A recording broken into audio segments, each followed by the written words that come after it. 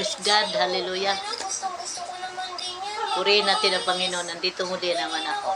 Salamat Panginoon sa oras na ito. Manalangin muna tayo. I-welcome ko lahat ng tao.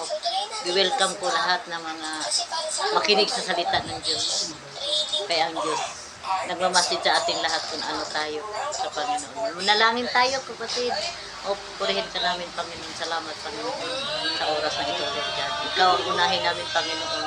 Salamat, Panginoon, sa buhay namin. Araw na linggo ngayon, Panginoon, kailangan ang mga tao, Panginoon, na galing sila sa church, Panginoon. Salamat na nabubusog sila sa salita sa iyo, Panginoon. Salamat na ginagamit mo ang mga pastor, Lord God, na mag-share sa iyong mga salita, Panginoon. Salamat, Lord, sa nakikinig ngayong oras na ito, Lord God.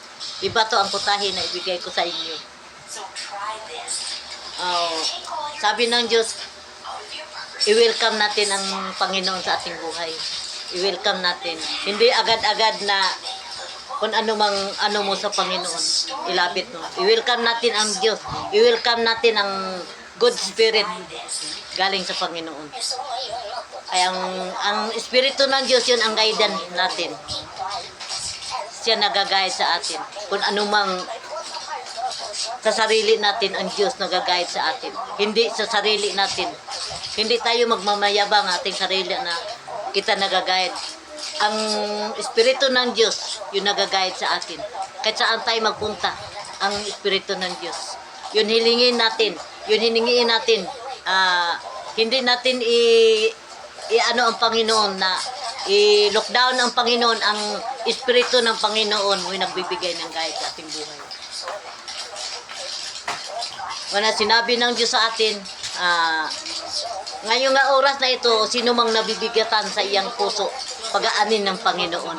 Kung mayroon kang Diyos, pag-aanin niya ang ating puso. Kahit pa maraming burden sa buhay mo, kahit punong-puno ka sa mga pagsubok, mga trial sa buhay mo, ang Panginoon uunahin mo. Ang Panginoon ilagay mo sa puso. Kaya ang Panginoon, doon ang Panginoon nakatira sa puso. Ang Panginoon lagi nagmamasid sa ating puso. Hindi sa ating personal na body ang kailangan sa Panginoon ng ating puso. Kung ano ang iyong puso. Puno ba sa pagmamahal? Sabi ng Diyos sa atin. Kailangan natin isang namampalataya sa Diyos. Kung mayroon kang namampalataya, swerte ka. Pinagpala ka ng Diyos kung mayroon kang namampalataya. Sabi ng Diyos sa atin, kahit ganun kalaki, sabutin lang munggo kung mayroon kang palataya ng Diyos. Tiyak, ikaw anak ka sa Panginoon. Sabi ng Diyos, ingatan ng ating puso. Kaya ang Diyos nagbigay buhay sa atin. Kahit man anong mga pagsubok sa buhay, huwag kang natatakot, huwag kang farnat. Kasi ang Diyos lagi nagmamasid sa ating puso.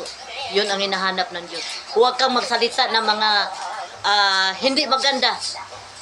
Puro negative, puro positive ang mga salita mo sa Diyos. Huwag kang matakot kung anumang nasa buhay mo, nasa puso mo. Kailangan natin isang Kristiyano.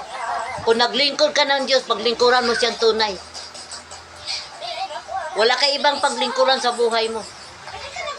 Ang iyong pagkatao, ingatan mo yung puso, kaya ang puso sisidlan sa lahat. Sisidlan ng maganda, sisidlan ng mga basura ang ating puso. Doon lahat, patimahin natin. Doon ang lahat ng mga hindi maganda. Purihin natin ang Panginoon. Kailangan ang ating sisidlan ang puso, hinanap ng Panginoon. Ang ating mind, muy importante, pinakadabi, sinanap ng Diyos sa atin. Kailangan malinis ang ating puso. Hindi lagyan nating basura, hindi natin lagyan ng mga kasalanan. Ang ating ilagay ang kabutihan ng Diyos sa ating buhay. Ingatan natin ang ating puso. Mo'y nagdala ng buhay ang ating puso. Kung wala kang puso, namatay ka eh. O wala na. Kailangan ingatan mo puso, ibigay mo ni Lord ang iyong puso. Ngayon na oras na ito. Pinakadabis ang iyong puso. Huwag mong bigyan ng kabigatan ng iyong puso.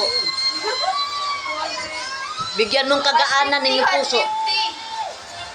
Huwag kang mag-stress.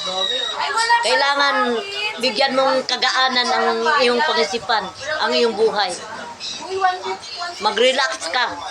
Kung anumang nasa imong pangisipan ngayong nga oras na ito. Bigay mo ni Lord. Mga kabigatan sa puso mo. Kay pag-aanin ng Diyos sa iyo. Huwag kang malungkot kung anumang nasa puso mo. Huwag ka ang puso.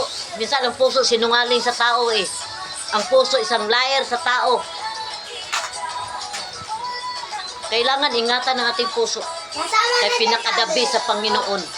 Na ang lahat na ang lahat ng iyong kabigatan sa puso. Hindi sa katawan. Nung sinabi ng Diyos, huwag kang magpagod para di nabibigatan yung katawan mo.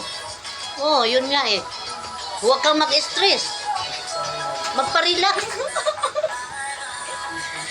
Ulitin natin na kay Kagubot. Sige na. Kagubot. Bakit? Bakit nakagubot? Sige, ulitin mo yan. Hindi ako